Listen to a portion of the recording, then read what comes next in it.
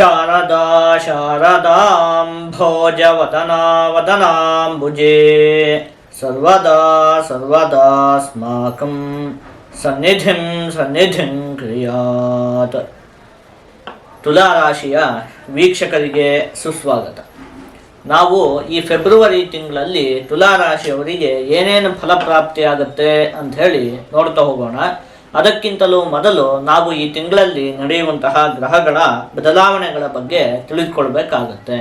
ನೋಡಿ, ಈ ತಿಂಗಳ 3ನೇ ತಾರೀಕಿನಂದು ಬುಧ ಗ್ರಹ, 5ನೇ ತಾರೀಕಿನಂದು ಶುಕ್ರ ಗ್ರಹ, 12ನೇ ತಾರೀಕಿನಂದು ರವಿಗ್ರಹ, 23ನೇ ತಾರೀಕಿನಂದು ಕುಜಗ್ರಹ ಕುಂಭರಾಶಿಗೆ ಪ್ರವೇಶವನ್ನು ಮಾಡ್ತಾ ಇರುವಂಥದ್ದು. ಇದಿಷ್ಟು ಕೂಡ ಈ ತಿಂಗಳಲ್ಲಿ ನಡೆಯುವಂತಹ ಪ್ರಮುಖವಾದ ಗ್ರಹಗಳ ಬದಲಾವಣೆ. ನಾವೀಗ ಇದನ್ನೆಲ್ಲ ಆಧರಿಸಿ ಈ ಫೆಬ್ರವರಿ ತಿಂಗಳಲ್ಲಿ ತುಲಾರಾಶಿಯವರಿಗೆ ಏನೇನು ಫಲಪ್ರಾಪ್ತಿಯಾಗುತ್ತೆ ಅಂತ ಹೇಳಿ ನೋಡ್ತಾ ಹೋಗೋಣ. ನೋಡಿ, ಅನಿರೀಕ್ಷಿತವಾಗಿ ಒಂದಷ್ಟು ಧನಲಾಭ ಉಂಟಾಗುವುದಕ್ಕೆ ಅವಕಾಶ ಇದೆ.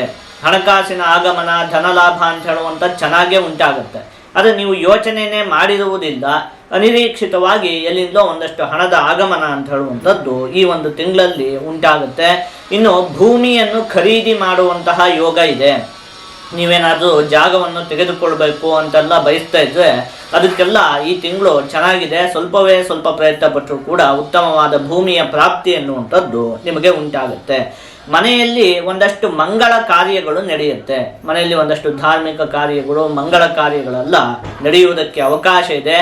ಸ್ನೇಹಿತರ ನಡುವೆ ಮಾತ್ರ ಒಂದು ಸ್ವಲ್ಪ ಮನಸ್ತಾಪಗಳು ಉಂಟಾಗುತ್ತೆ. ಸ್ನೇಹಿತರ ನಡುವೆ ಯಾವುದೋ ಒಂದಷ್ಟು ವಿಚಾರಕ್ಕೆ, ಹಣಕಾಸಿನ ವಿಚಾರ ಆಗಿರಬಹುದು, ಅಥವಾ ನೀವೇನೋ ಒಂದು ಮಾತನ್ನು ಹೇಳ್ತೀರಿ, ಅದನ್ನು ಅವರು ತಪ್ಪಾಗಿ ಅರ್ಥ ಮಾಡಿಕೊಳ್ಳುವಂಥದ್ದು ಇರಬಹುದು. ಹಾಗಾಗಿ ಸ್ನೇಹಿತರ ನಡುವೆ ಒಂದು ಸ್ವಲ್ಪ ಮನಸ್ತಾಪ ಅಂತ ಹೇಳುವಂಥದ್ದು ಉಂಟಾಗುತ್ತೆ. ಹೊಟ್ಟೆಯ ಆರೋಗ್ಯದ ಬಗ್ಗೆ ನೀವು ಒಂದು ಸ್ವಲ್ಪ ಗಮನವನ್ನು ಹರಿಸಬೇಕಾಗತ್ತೆ. ಅಜೀರ್ಣ ಉಂಟಾಗುವಂಥದ್ದು, ತಿಂದಿರುವಂತಹ ಆಹಾರ ಸರಿಯಾಗಿ ಜೀರ್ಣವಾಗದೇ ಇರುವಂಥದ್ದು, ಹೊಟ್ಟೆ ನೋವು ಉಂಟಾಗುವಂಥದ್ದು, ಇಂಥದ್ದೆಲ್ಲ ಆಗುವುದಕ್ಕೆ ಸ್ವಲ್ಪ ಅವಕಾಶ ಉಂಟು. ಸಂಗೀತಕ್ಕೆ ಸಂಬಂಧಪಟ್ಟಿರುವಂತಹ ಕೆಲಸವನ್ನು ಮಾಡ್ತಾ ಇರುವಂತಹ ವ್ಯಕ್ತಿಗಳಿಗೆ ಈ ತಿಂಗಳಲ್ಲಿ ಪ್ರಸಿದ್ಧಿ ಅನ್ನುವಂಥದ್ದು ಪ್ರಾಪ್ತಿಯಾಗುತ್ತೆ. ವಿದ್ಯಾರ್ಥಿಗಳಿಗಂತೂ ಈ ತಿಂಗಳು ಅತ್ಯಂತ ಉತ್ತಮವಾಗಿದೆ. ಬಂಧುಗಳಿಂದ ನಿಮಗೆ ಒಂದಷ್ಟು ಪ್ರಶಂಸೆ ಅಂತ ಹೇಳುವಂಥದ್ದು ಪ್ರಾಪ್ತಿಯಾಗುತ್ತೆ. ನಿಮ್ಮ ಸಂಬಂಧಿಕರೆಲ್ಲ ನಿಮ್ಮ ಬಗ್ಗೆ 4 ಒಳ್ಳೆಯ ಮಾತನ್ನು ಆಡ್ತಾರೆ. ಕೃಷಿ ಮತ್ತು ಹೈನುಗಾರಿಕೆಯನ್ನು ಮಾಡ್ತಿರುವಂತಹ ವ್ಯಕ್ತಿಗಳಿಗೂ ಕೂಡ ಈ ತಿಂಗಳಲ್ಲಿ ಉತ್ತಮವಾಗಿ ಲಾಭ ಅಂತ ಹೇಳುವಂಥದ್ದು ಉಂಟಾಗುತ್ತೆ.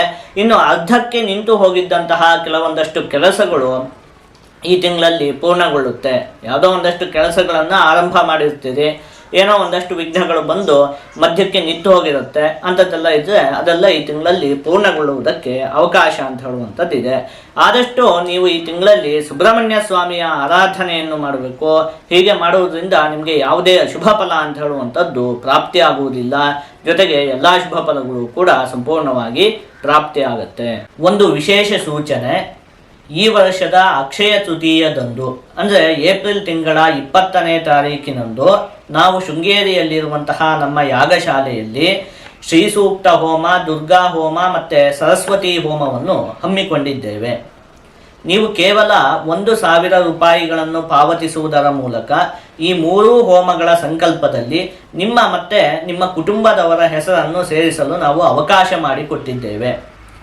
ನಿಮ್ಮ ಮನೆಗೆ ಪ್ರಸಾದವನ್ನು ಕಳುಹಿಸಿಕೊಡುವಂತಹ ವ್ಯವಸ್ಥೆಯೂ ಕೂಡ ಇರುತ್ತೆ. ಈ ಒಂದು ಕಾರ್ಯಕ್ರಮದಲ್ಲಿ ನಿಮ್ಮ ಮತ್ತು ನಿಮ್ಮ ಕುಟುಂಬದವರ ಹೆಸರನ್ನು ನೋಂದಾಯಿಸಲು ನೀವು ಈ ಕೆಳಗಡೆ ಕಾಣುತ್ತಿರುವಂತಹ ಫೋನ್ ನಂಬರ್ಗೆ ಫೋನನ್ನು ಮಾಡಬಹುದು.